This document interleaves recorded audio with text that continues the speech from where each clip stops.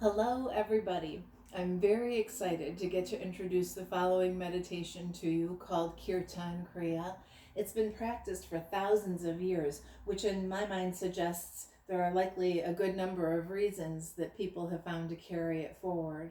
And more recently, research done by the Alzheimer's Research and Prevention Foundation has found a lot of benefits associated with this meditation, including everything from enhanced blood supply throughout the brain to improvements with executive function and everything that falls under that umbrella. They've seen the complete reversal of subjective memory impairment in some of the participants, which is extraordinary to be able to say. They've also seen increases in length of telomeres. Telomeres are the caps to the DNA strands, and they're considered a biomarker for longevity. 43% is what they saw, so a substantial gain in the length of telomeres. They've also seen stress benefits. I think stress is often associated with meditation practice, the relief of stress, and this meditation has shown that to be a benefit as well, which of course has mental and emotional benefits, cognitive benefits too, but then can also trickle down into physical health. It can help with everything from heart health to immune system functioning, digestive health. There are so many ways that stress relief can be good, not just for your mental health and well-being, but for your physical body as well. So again, the practice is called Kirtan Kriya, and participants didn't have to spend a lot of time to see those benefits. They spent about 12 minutes a day for the practices in the studies, and so it goes pretty quickly. Not a lot of time to spend each day, and especially because it's kind of a fun exercise. For me, that helps. It gives us a lot to do. It's sort of like an exercise in multitasking, if you want to think about it that way. It's a multi-sensory exercise. So how many of you like to multitask or consider yourselves good at it? I will confess to you that that is not a strength of mine really in any way.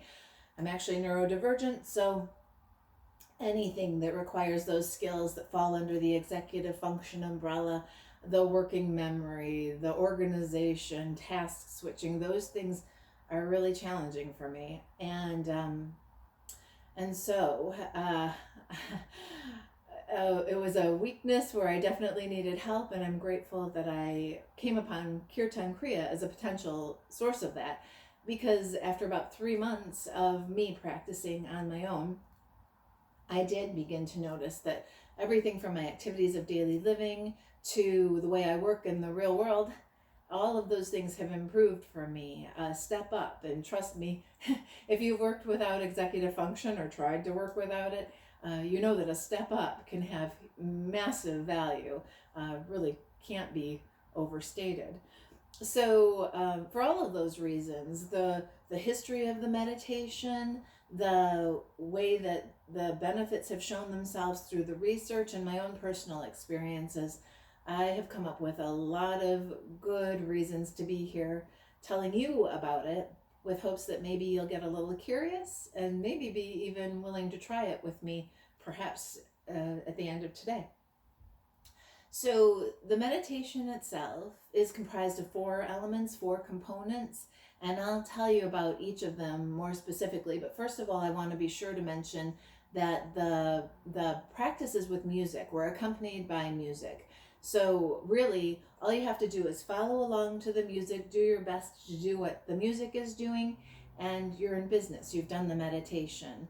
I'm saying that just on the off chance that anything I say starts to sound complicated, like too much to do, one step at a time, same as anything that you do. You know, progress comes, and you just start where you are and build on it. So with that said, the 4 elements we use in this meditation include our breath, our voice, which is used a couple of different ways. We're also using finger movements, which are called mudras in meditation, and we're using a visualization. So I'll break each down a little bit more. The breath, we just lean on as we need it throughout the meditation, so it just unfolds naturally. You really don't have to give it any thought at all, aside from remembering to breathe, which is important for some pretty obvious reasons. If you are remembering to breathe, using it as you need it, you're doing it exactly right. Then there's our voice. Our voice is used a couple of different ways in this meditation too. The voice is used to sing in 2 sections and whispering in 2 sections. And then there's a section in the middle where we're not vocalizing, but we're still saying a phrase. The same mantra that's used throughout the meditation will repeat from the beginning to the end, whether we're singing it beginning and end, whether we're whispering it in the 2 sections inside of that, or whether we're just saying it silently to ourselves in those 4 minutes in the middle. So the mantra that we use will be sung, whispered, quiet in the middle, whispered, sung. And so what are we saying? What are we singing? There are 4 syllables that we're making use of for this mantra. They include, and I'll spell too to try to help with communicating, but the 4 syllables are sa, which would be S-A. Then there's ta, which is T-A. Na, which is N-A, and ma, M-A. So all together, sa, ta, na, ma. Sa, ta, na, ma.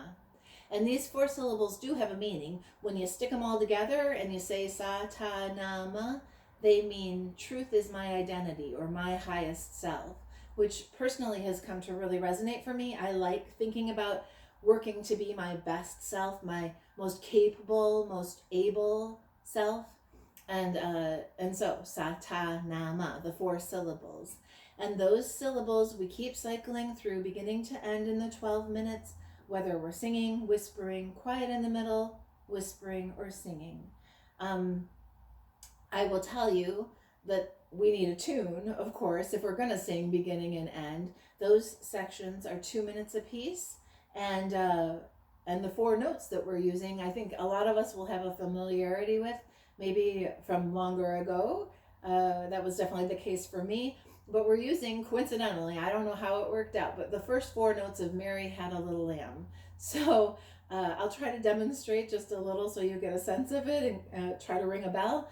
And trust me, if I end up going high, the music is far more reasonable. I'm not asking you to be a soprano, but I'll give it my best to just help you hear what it's going to be.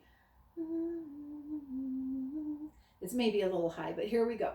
It's sa, ta, na, ma, sa, ta, na, ma, sa, ta, na, ma, like so. And so that's the singing, the 2 minutes at the beginning and the 2 minutes at the end. The 2 minutes inside of that, front and back, will be whispered. It'll sound more like this. Sa, ta, na, ma, sa, ta, na, ma, sa, ta, na, ma, sa, ta, na, ma. And you'll notice now that my fingers have gotten into the act. That's those finger movements, the mudras that I mentioned. That's what that's about. So in that middle section where we're still saying our syllables, our fingers are still doing their work. And I'll tell you more about that now. So we're cycling through 1 finger movement with each syllable, and it remains consistent throughout too. The first will be touching index to thumb, which is sa. The next will be middle to thumb, which is ta. Then 4th to thumb, na. And then pinky to thumb, ma. So sa, ta, na, ma. Sa, ta, na, ma. Sa, ta, na, ma. And again, our fingers keep going. No matter what section of the meditation we're in, they're always coordinated with our syllables and working to the best of your ability. Then there's one final component, and that's the visualization. And I think for some number of us, I've heard that this can be the last element to fall into place, and that's proven true for me. But same as before, if you just keep working at it, eventually it gets better and easier. And it's the visualization. So what we're looking to do with the visualization is to envision a bright beam of light, coming from above. So perhaps like a ray of sunshine that's coming down from above and entering the crown of the head. So warm on the crown of the head to the center of the head, if you can imagine. The very middle, from side to side, and the very middle, from front to back, our light comes through the crown, ends up in that spot, and then redirects itself through the third eye in yoga, out the center of the forehead.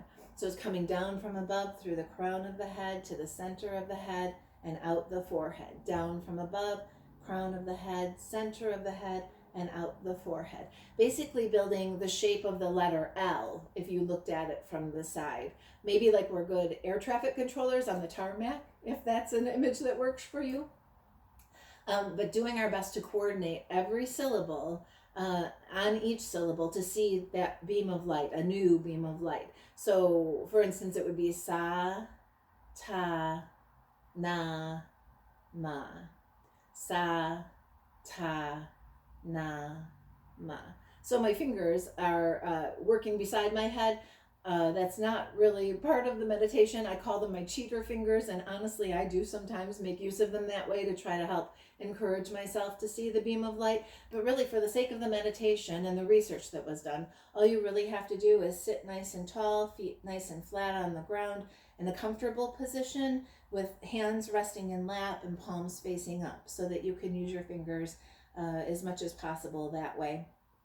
You're also giving yourself a nice open chest, which helps get full breath, which can be great, and gives you access to your diaphragmatic breath as well, which in and of itself, those elements could have their own health benefits, from helping to improve lung capacity to helping with build stronger posture. So all the way around, there's a lot that could be helped through this meditation. And so how are you feeling? What are you thinking? Sounding kind of interesting and fun? So if it works for you, next I'd like to play a little bit of the music. I thought we could go through the first 2-ish minutes where you hear the singing and you hear the transition to the whispering. And then I'll stop that again, just give you a sense of it, answer any questions. And if you'd like to join me, you're more than welcome. We'll give it a go. Sound good? Fantastic. Here we go. Oh, it's over there. Hold on a sec.